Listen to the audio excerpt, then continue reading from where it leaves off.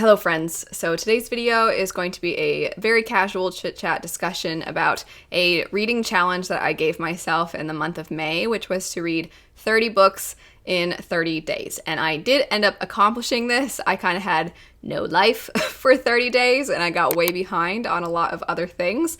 But I wanted to go over why I decided to give myself this challenge. It wasn't really for any particular reason outside of myself. It wasn't for a readathon or for some kind of collaboration or anything like that. But I want to approach this in a somewhat who, what, when, where, why style. So I'll go through each of those various different points and then go a little bit further in depth. But I'm just going to jump right into it and start with the what, which would be the books that I ended up picking up in this time. So when I did this, it was important for me to have a variety of books. If you're new, I primarily read fantasy, and I do read a mix of both young adult and adult fantasy. I find that whenever you're reading really epic fantasy, some of these really massive worlds that take a lot of your concentration, I like mixing it up with young adult. And then on top of that, I have been trying to, I guess you could say, broaden my horizons, read other genres, because I do find it's so fun to pick up something that you're not accustomed to kind of go outside your comfort zone a little bit. And the same way I find YA fantasy to be a nice break from adult, I found that to be very true for trying to ensure I don't get fantasy burnout because my channel is so fantasy focused. And so in doing this challenge, I mixed it up. I added in some romance, contemporary romance books, some fantasy romance books, which is a little different for me. I also had nonfiction. I had one that's sort of a thriller, crime noir style of book. So I'm just going to go through what the 30 books were for anybody that is curious. Some of these I have already discussed in videos, and so if you're interested in hearing more about the books, what they're about, my thoughts on them, if I have videos discussing them, I'll have them linked in the description bar. And then any I haven't discussed thus far, I will absolutely discuss them in future videos. But jumping into what those 30 books were, and in no particular order, we have KKE, In a Garden Burning Gold, The Conductors, Song of Achilles, The Atlas Six, Obelisk Gate, Legendary, Book of Night, Blood Heir, Gild and Glint, Finale, Deal with the Elf King, Queen of Shadows, Beach Read and People We Meet on Vacation, Danny Brown and Eve Brown, The Stardust Thief, Amari, The Love Hypothesis, Nettle and Bone, Book Lovers, Razorblade Tears, House in the Cerulean Sea, The Heart Principle, The Girl with Seven Names, Electra, Ocean at the End of the Lane, Girl, Serpent, Thorn. That actually brings us to the end of the 30 books. But on top of that, I read about 180, 200-ish pages of Grace of Kings, which I have since completed since doing this. But I started this May 4th. And so within those 30 days, I ended up completing this. And a big way in which I did this was that I did have to prioritize reading essentially every single day, or if I missed a day or missed a couple days, I then had to try and stack and read multiple books in one day. And something I've been doing for quite a while at this point, this is something my friend kind of got me into doing, and I used to think it sounded kind of ridiculous, but I actually have really enjoyed the experience of it, which is to, while you are reading a physical copy or a digital copy of a book, to listen along with the audiobook. And because most of the time we read faster when we're reading a physical book, you can speed up the audiobook. I used to hate for years. I refused to speed up audiobooks, not even past 1x speed. And I'm a Sanderson fan, and oh my gosh, does Michael Kramer read so slow. But anywho, I just used to not understand or comprehend how anybody could do that, not just because it's faster, but because of the sound. I thought it just sounded too strange. But there's something about when you're concentrating on the words themselves as well, that the sound, it almost doesn't bother, well, at least for myself, I can't speak for other people, but it doesn't bother me to speed it up when you're reading, because you read faster in your mind anyway. So when I'm listening along at 1x speed, I get frustrated because my eyes are already getting past where the narrator, the audiobook narrator is, and so I would get frustrated and I would have to speed it up. And I've been doing this for more than just within this month. I started doing this last year or even the year before. And so I have been able to work my way up to very fast narration speeds. I like to devour books in the sense that I kind of have that personality in general where I like to marathon things. I'm not very good at doing things in small doses. I like doing things all at once. And so this ended up kind of working with my personality because in my mind I'd be like, okay, today I am reading Ocean at the End of the Lane, or today I am reading Obelisk Gate, and that would be a task I would have. And sometimes I'd have to break it up. Sometimes I would have to read a chunk, take a break, do some other work, film a video, and then when my husband came home, hang out with him, and then once he went to bed, read some more. And I ended up reading very late into the night / into the morning, and it was a challenge because at some point it is kind of taxing mentally to be reading that much. And on top of it, maybe this sounds silly to some people, but sitting still for that long makes me restless. And so I would get anxious just sitting around. I, like I said, tend to already marathon books, read them within 24 to 48 hours, sometimes depending on the book, it'll go for longer. So this is already something I tend to do. I just don't tend to do it one day after the next. And so I just felt like for a month, my life was a blur of just so many books. The nice thing is I found a lot of books that I ended up really, really enjoying. I feel like I caught up a lot on my TBR, or to be read if you don't typically watch book-centered videos. I definitely felt like I caught up on so many of the things I'd been wanting to get around to, a lot of the goals I'd set for myself. And this sort of leads me into the who and why portion of this video. So those of you who have been subscribed to me for a while know some of the personal things about my life. The who and the why are very much tied together. So we're going to go all the way back on a journey to 2019. So back in 2019, BookTube, this whole making videos centered around books, was a hobby of mine that I have found so much joy and fulfillment in. I absolutely love writing, I love reading, and so this was a fun way to get to discuss books, raise awareness about books that maybe are not always as popular, connect with other readers. There's just so many great things about BookTube, and I have loved being able to make videos. And my full-time job was a private violin instructor, and then sometimes I would do sectional coaching at high schools. And so with that kind of a job, it did leave for I was my own boss and therefore had time to explore some of my passions and hobbies. And in 2019, that was kind of the year of I had a lot of things going that were so exciting. My husband and I lived in this condo/house. It's technically a condo, but it was freestanding. So in my head, it was a house. But it was our first one, and that was really exciting. So we were living there. We loved it. It was so cute. We had gotten our dog. We'd been wanting a dog for so long, so life was going good. I released my book in 2019, which was really exciting. And then I felt for channel purposes, I was meeting lots of people and connecting, and my channel, I was, like I said, gaining so much joy and fulfillment out of it. And then 2020 came around, and we all know how 2020 went down. And I always feel bad saying this because 2020 was such a challenge for so many people, and I would never try to play the comparison game, but it was very difficult for me. So I already had been teaching violin lessons for roughly 10 years because I started when I was 17. And so I was kind of feeling this itch to have a career shift, and I was never really thinking about doing this full time. I know some of you are like, what does this have to do with reading 30 books in 30 days? I promise we're getting there. So I hadn't really planned on doing BookTube full time ever, but I also kind of sort of don't love social media aside from using it to look at pictures of puppies and stuff. But still, it is kind of funny to me that I kind of stumbled into doing this as my job.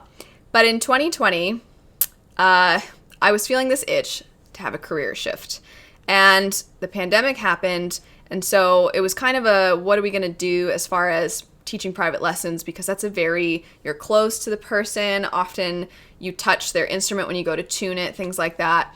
And so just for the safety of everyone, and just because we didn't know how long we all know how 2020 went down. So anyway, I stopped teaching for a bit, and I was like, it's okay, I'll just focus on doing videos for my channel for a little bit. But then everything with the pandemic was getting worse, and my father's health was not great. He didn't have, that, but he wasn't doing well, and he was very high risk for COVID-19. So I was very, very, very concerned, and my father, as a result of being elderly and high risk, and I didn't really want him going out and about as often, I was starting to drive to his house to do a lot to help him, as far as I would go to the grocery store for him, because I was like, no, Dad, you stay home. I'll go get you your groceries. And he lived kind of far away from me. And then he was really starting to not feel well. Ended up taking him to the hospital eventually. He had a major surgery, even though they never really pinpointed what the problem was. And then from there, his health rapidly started to decline. So my husband and I made the decision to move in with him so that we could be there to help him, and I became his full-time caretaker. And then roughly 4.5-ish months later, he ended up passing away. It was very difficult. My father was my best friend. We were just incredibly close, and so this was also very unexpected. Even though he was older, he was very healthy. Everybody who met my dad was always like, wow, they just don't make him like that anymore. It's basically what they would say, because he was always outside working. He was very active. He just loved to do things around the house. He was kind of like a man's man, He really liked working around the house, watering his plants, just going out and working with his neighbor on stuff. He was just always doing something. He would go for walks all the time. He started getting into lifting weights, and it was a big surprise when he wasn't doing well, especially because they really never pinpointed what was wrong. So it's hard to describe, because while in the moment, clearly something wasn't right, physically you could see it, he didn't feel well, it was still it wasn't expected when he passed away. So that our life had shifted so much with everything going on outside of us, with society and things, but then moving, completely transforming our lives. My channel, I pretty much rarely posted videos at that time. Anytime, he went to the hospital 5 times in that amount of time, and sometimes he was there for a couple of weeks. So he was in and out of the hospital. I wasn't allowed to visit him except for one time when he went to a different hospital. But I would bulk film a bunch of videos all at once, kind of as a way because I was anxious, I couldn't go see him, didn't know what was going on. At that point, I wasn't really working, right? Because I wasn't teaching violin lessons. So then I would try to read, but then my mind was all scattered because I'm like, oh, what's going on with Dad? And so I would bulk film, edit, schedule a bunch of videos, not really knowing, thinking, okay, when he gets back this time, we'll finally be able to figure out a new schedule. We'll adjust, we'll get things on track. And then every time something would come up, and it's like, he has to go back to the hospital again. Now his oxygen levels are low.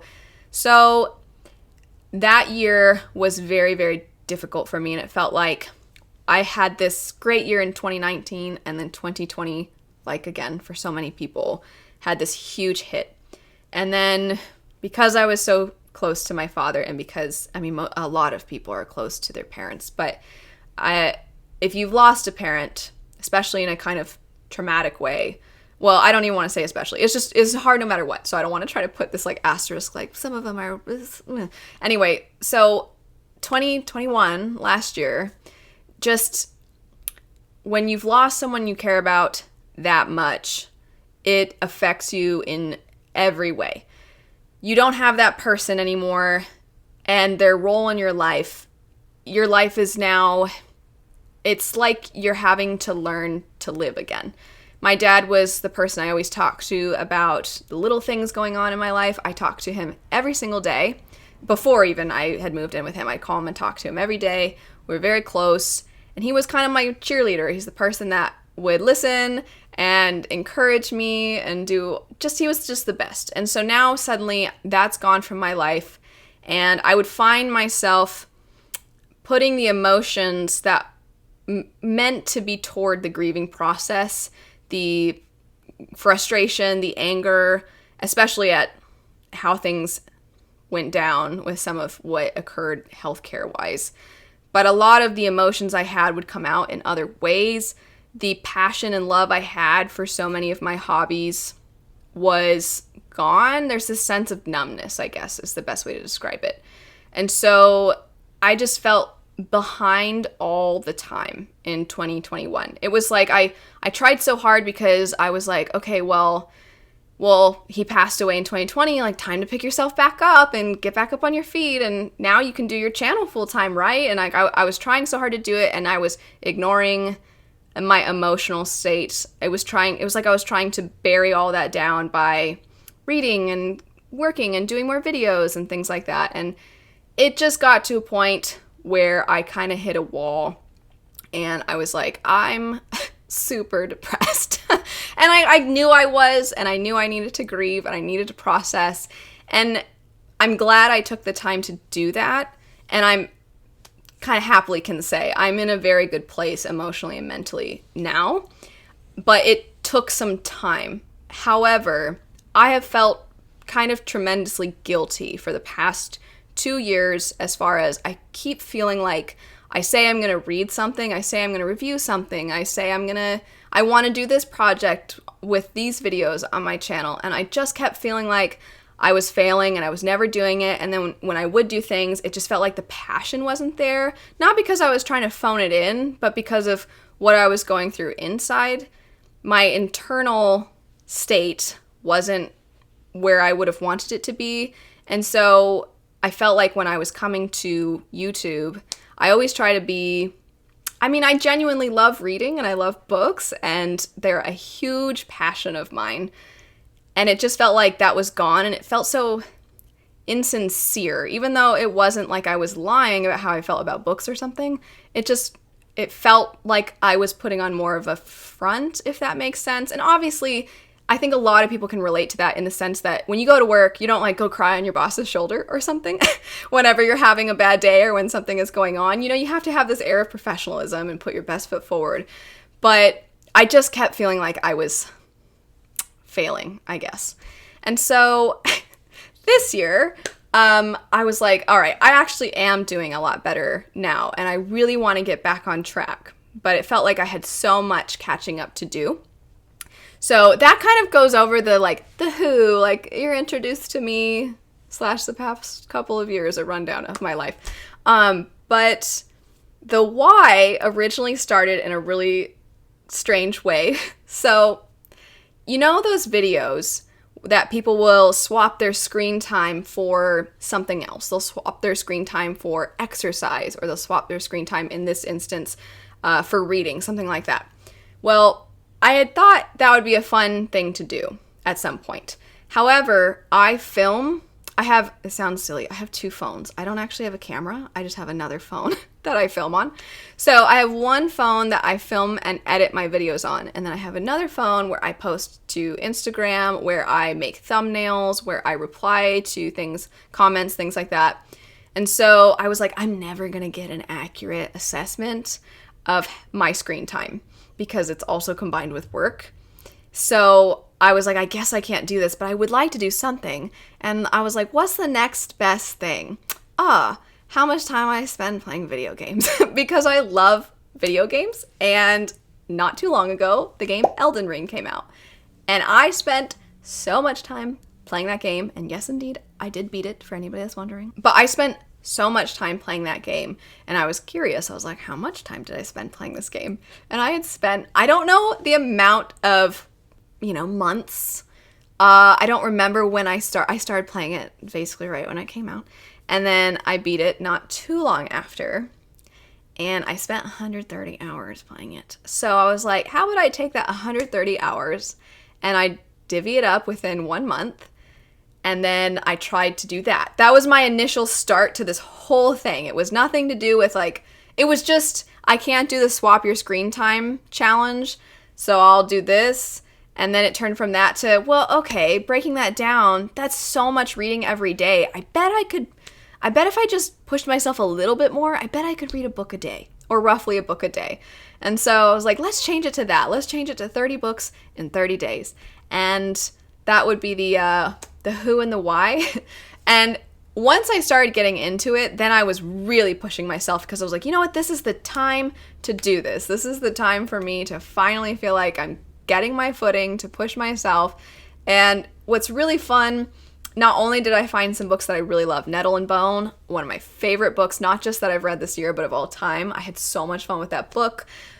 On top of that, I have a lot of read-alongs and buddy reads coming up here pretty soon. I'm just so excited to read with other people. I'm excited in general that I even get the chance to talk about books and that anybody cares to listen. And I get to see your thoughts because so many of you are so incredibly sweet. So it kind of was just this perfect storm of timing, of things coming together, of my personality, of how I go about being productive. Just all these things kind of came together, and I'm really glad I did it. I'm also glad because for those of you who are writers, there is something called NaNoWriMo, which stands for National Novel Writing Month. I have participated. I've done it twice. And the idea is that you write 50,000 words in 1 month, the month of November, which is a very difficult month to get these things done because of the holidays. But I have done that a couple of times, and I was thinking, I don't want to say for sure if I'm going to do this, but I was thinking of doing it again this year. And so this was kind of like this was the playoffs before the Super Bowl, sort of a thing. This is like getting myself ready. It was practice before the performance, sort of a thing. I didn't mention the where, but the where was basically, I guess you could say, on my couch right over there. I just mostly sat on my couch and was like, all right, here's the book for today. So that's the only, I think, thing left in the who, what, when, where, why. The last thing I want to add here for anybody that wants to do something of this sort, I know that if you are somebody who frequently watches BookTube, that sometimes there's this idea of, oh my gosh, these people are doing everything. Some people, they have their full-time jobs, they have kids, they have other people, they're going to school, they have all these things going on, and they're making videos, and they're reading all these books. What the heck is going on in my life? Why can't I get anything done? And I have said in the past, please don't ever compare yourself. Everybody operates differently. Everybody has different amounts of free time. Some people's reading speeds are faster as a result of their education, things like that. I would think that my background in music and ear training and things like that have made it so that I can listen to things a little bit easier, perhaps. So don't ever feel like when you see something like this that you should feel bad in any way. If you choose to try and do some kind of challenge like this, just try to shape it around what works within your life, what would be realistic for you. I definitely would encourage, if you have the means, to try doing something of this sort because it was a lot of fun. Like I said, for me, it worked really well to vary up the genres and the age ranges. But for you, if it's just like, I'm just 100% going to stick to this one genre, or I'm just going to read nonfiction or something of that sort, maybe there's a manga series that you've been wanting to read and you're like, I'm just going to try to read this entire manga or something like that. Whatever works for you, I would encourage you to go for it, but don't necessarily feel like you have to emulate what you see other people doing, because everybody has varying degrees of time and energy and things of that sort to dedicate to something like this. And then also, if it wasn't clear, at this point, this is my job. I already have time in my day set aside for reading, so I just kind of increased that, and I did fall way behind on basically everything else. So even then, it still impacted other areas of my life. So it would 100% probably do so more for other people. But anywho, that's it basically for my 30 books in 30 days. I told my husband that, because he was kind of like, you don't have to do this. Toward the end, I'm like, oh, I'm so close. And I was like, no, I do have to do this. And I told him every now and then I have to go into overdrive so that when I go back to the regular, it feels easy. It's kind of like when you have been on the freeway for a long time and then you get off the freeway and you're going at normal speed, but you feel like you're driving so slow. I was like, I need that, but for life, So that was one of the biggest plus sides, aside from like feeling accomplished and reading all these things I wanted to read. It was also really nice to now feel like I have all the time in the world, right? That's kind of how it goes anytime you have something intense going on in your life. But anyway, that's it. That's it for my 30 books in 30 days. If you've ever done any kind of a challenge like this, let me know what your experience was. If you're somebody who's planning on doing NaNoWriMo or has done it, I'd love to hear about that. But anyway, thanks so much for watching. I hope you have a great rest of your day, and I'll see you all later. Bye.